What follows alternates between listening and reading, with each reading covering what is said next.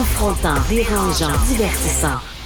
Richard Martineau, il brave l'opinion publique depuis plus de 3 décennies. Alors, on est en mode rétrospective en cette semaine et on a beaucoup parlé d'économie, entre autres à cause de l'inflation galopante. On va en parler avec Simon Brière, qu'on a rencontré à quelques reprises cette année, expert en marché financier, stratège principal chez R.J. O'Brien. Salut Simon. Salut.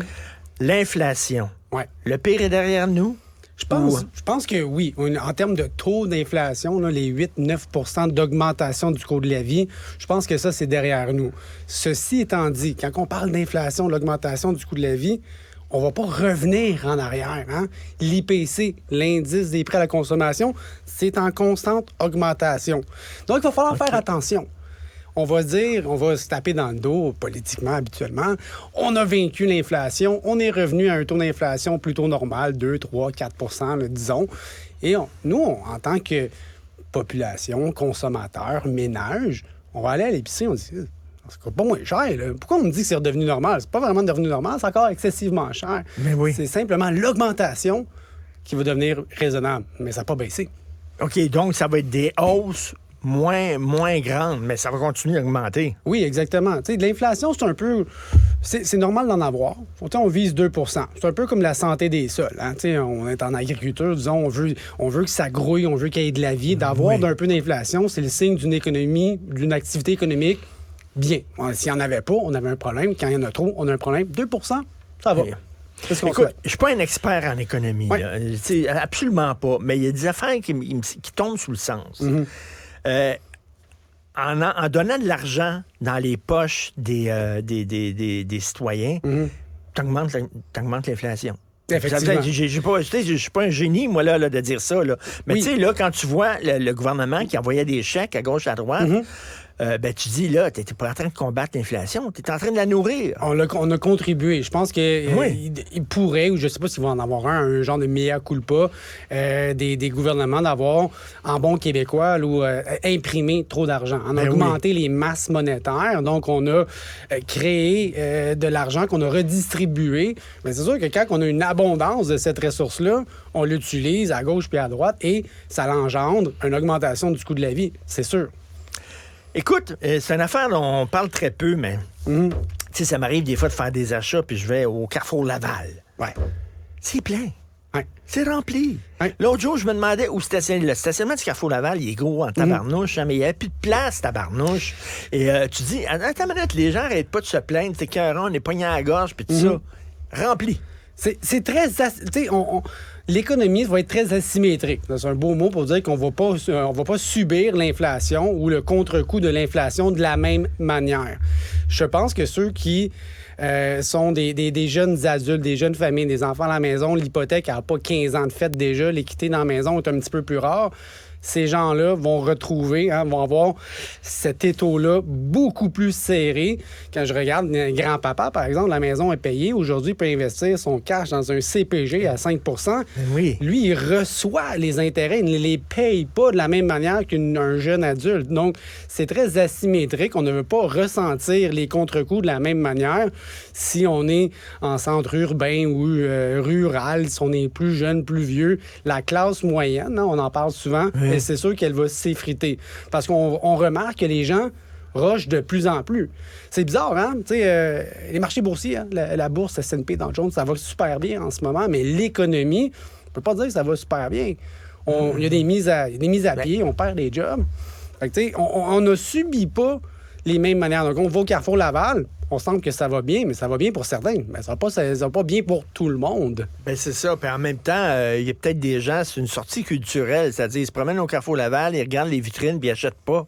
Ou ils achètent moins qu'ils achetaient, là, aussi, là, peut-être. Oui. Ça se peut, ça. Effectivement, les chiffres le démontrent aussi que certaines ventes au détail, tout ce qu'on achète à crédit, habituellement, tout ce qui coûte cher, donc des meubles, des électroménagers, etc., on voit que tout ce qui coûte cher, en fait, est beaucoup plus difficile à vendre parce que les taux d'intérêt augmentent, puis le coût de fabrication, s'acheter une voiture, ça coûte une fortune aujourd'hui. Ben oui. Simon, il y a une iniquité de génération, t'en parlais, oui. Là. Ça va être très difficile pour les jeunes d'être propriétaires, etc. Bon, tu sais, mais il y a une équité entre le secteur public et le secteur privé. Une grosse différence. Là, je lis aujourd'hui, là, Michel Gérard le Front commun demande une augmentation de salaire rétroactive. Pourquoi pas? Ben, rendu là. Je veux dire, l'inflation, elle a touché tout le monde de manière... L'inflation, on l'avait... Tout le monde l'a subi. Peut-être pas de la même manière, mais tout le monde l'a subi pour 2022, 2021, puis ça va être la même chose pour les 2, 3, 4, 5 prochaines années. Quand je regarde ces inégalités-là, disons, et c'est très là, de haut, là, vu d'ensemble, là, au niveau du privé, moi, je remarque qu'il y a beaucoup plus de difficultés. Une insécurité d'emploi. Les dirigeants, les entrepreneurs, les PME regardent le carnet de commandes pour les 12 prochains mois. C'est difficile. J'ai une pénurie de main-d'œuvre, ça coûte une fortune. Les taux d'intérêt, la ligne de crédit, l'inventaire. Les restaurants qui ferment les uns après les autres, c'est difficile, là. Absolument. Et là, on regarde ce qui se passe, disons, dans le public avec des renégociations, des augmentations de salaire, une sécurité d'emploi quand même, là, quand on compare les deux. Un fonds de pension qui est fixe, là. Oui, exactement. Je ne veux pas rentrer dans l'argument que certains, peut-être, là, mais certains fonctionnaires sont gras durs, mais on voit qu'il y a quand même une séparation entre le privé et le public. Le privé perd des jobs, le public, augmentation salariale. Deux poids, deux mesures. Ben oui, tout à fait. Qui se couche ces temps-ci dans le privé, là, puis qui dort sur ses trois oreilles en disant « Je suis convaincu que la semaine prochaine, je vais avoir encore ma job. » Il y a des entreprises qu'on pensait là, qui étaient hyper solides, là, puis qui finalement se retrouvent hyper fragiles, là, puis qui ont dû, écoute, sacrer plein de gens dehors, dans le milieu des médias, bien sûr, là, mais ailleurs aussi. Là. Oui, en construction, il y en a. On a un ralentissement économique qui est observable. T'sais, on peut voir la croissance économique, là, le PIB, le produit intérieur brut, puis je peux le segmenter par industrie. La plupart sont en ralentissement. Donc, la dernière chose qu'un entrepreneur veut faire, c'est faire des licenciements, des mises à pied. C'est-à-dire que avant de se rendre là, je vais essayer est-ce que je peux augmenter mon revenu puis augmenter mes prix, mais dans un contexte inflationniste où ce que les gens ont tout un peu un budget plus serré, c'est difficile aujourd'hui d'augmenter ses prix sans voir que les gens n'en consomment plus. De l'autre côté, on va faire toutes les petites économies qu'on peut faire. Couper ici, tel fournisseur, changer ci, changer ça, jusqu'à temps de se rendre à la fin, de dire, même avec tout ça, j'ai essayé de maximiser mon revenu, j'ai coupé mes dépenses, puis j'y arrive toujours pas, et je regarde pour les 12 prochains mois, puis on se rend à l'évidence qu'il faut couper dans les masses salariales. Tu parlais des PME, les petits entrepreneurs. Tu sais, l'économie du Québec, c'est surtout ça, c'est les PME. Puis là, on voit la stratégie du gouvernement, c'est de donner des milliards de dollars des très grosses entreprises qui viennent ici. C'est bien beau, c'est le fun, c'est spectaculaire, tout ça. Mais moi, si j'étais directeur d'une PME, puis je dirais, Christy, puis nous autres? J'aimerais ça. Moi aussi, si j'étais un dirigeant de PME, je regarde les milliards qui revolent pour la filière batterie avec des résultats qui sont inconnus. C'est un risque financier. On ne sait pas. Peut-être que dans 10 ans, on va se reparler et on va se dire, mon Dieu, que ça valait la peine. Peut-être que ça va être le prochain stade olympique. Je ne le sais pas.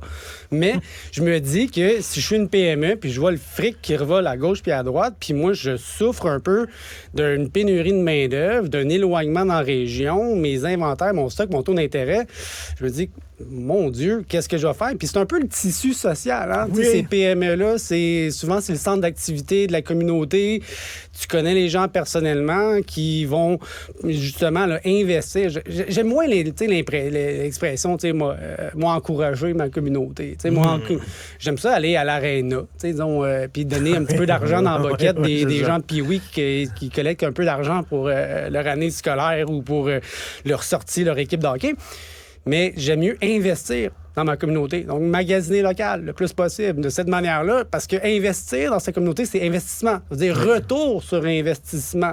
Ça, c'est sûr que c'est un changement de comportement. En même temps, il faut penser au consommateur qui va aller où le prix est le meilleur. Là, oui, effectivement. Mais donc, cette insécurité-là, puis en même temps, dans le secteur public, je suis pas sûr que ça me tenterait d'être prof, puis je suis pas sûr que ça me tenterait d'être préposé bénéficiaire. On comprend ça, c'est des conditions de travail complètement débiles. Mais bon, cette insécurité puis tu sais, les gens, ils sont à cran. Là. Tu le vois, les gens sont stressés, tabarnouche. Puis tu sais, ça prend pas grand-chose pour que ces routes, par exemple, des cas de rage au volant, il y a comme une insécurité financière. Les gens courent à gauche, à droite, sont épuisés, sont stressés de ça. Est-ce que ça va être le new normal, comme on dit en anglais? Ça va être ça maintenant, les bons vieux temps des années 70 avec la sécurité d'emploi, là, où tu dors, puis il n'y a aucun problème. On dirait que c'est derrière nous complètement. Puis ça reviendra pas. Je sais pas ça va revenir. J'espère que non. C'est quand même angoissant tout ça. Mais je pense que les prochaines années vont ressembler à ce que nos parents, disons, ont pu connaître dans les fins des années 70-80 en termes de pression sur le budget.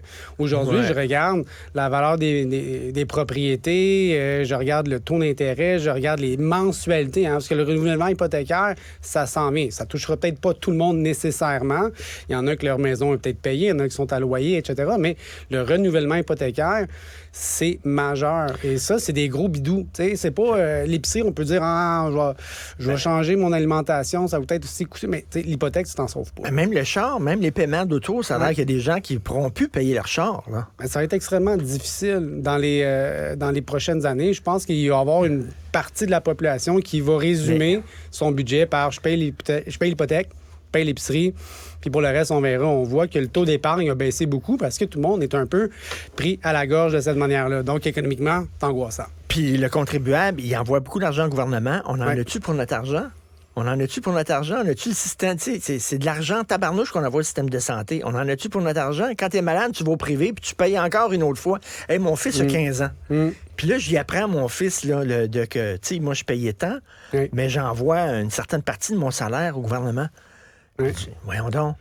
Il dit, c'est toi qui travailles? Non, non, c'est comme ça, fiston. Il faut que tu envoies, puis j'envoie. Puis là, lui, il commence à comprendre. Tu sais, c'est quoi? Oui, ça coûte excessivement cher. Puis... on en envoie de l'argent au gouvernement. Puis là, cette année, là, le contribuable, il était écœuré de voir des gens... des élus partir en voyage, puis se payer les repas d'huîtres à Paris, puis le vin, puis tout ça, là. Madame Christy, c'est notre argent. Ça vient frustrer. Ça augmente le cynisme envers les élus. Puis on essaie de combattre le plus possible ce cynisme-là pour rester quand même positif face à la vie. Mais des fois, c'est pas toujours évident. Donc on le prend avec un brin d'humour, disons. OK. Donc, dans le temps des fêtes, qu'est-ce qu'il y a? On boit de l'alcool pour oublier. Oui, mais c'est sûr, quand on parle d'économie, ça prend 2 Advil puis un petit verre de vin, mais on a un ralentissement comme qu'on en a déjà eu. On va passer à travers celui-là comme on a passé à travers d'autres. C'est pas tout le monde qui va trouver ça facile, décidément. Mais je préfère avoir une optique un peu plus optimiste. Éventuellement, les taux d'intérêt vont rebaisser. On va retrouver une forme d'équilibre. Les salaires augmentent. Donc, je sais pas, dans 2-3 ans, peut-être que ça va être derrière nous. On se croise les doigts. Et j'espère pour la création d'emplois aussi, parce que les Québec, on n'est pas les champions dans la création d'emplois. Hein. On crée beaucoup d'emplois dans le secteur public, là, mais dans le privé, pas énorme. Ben, oui, c'est ça.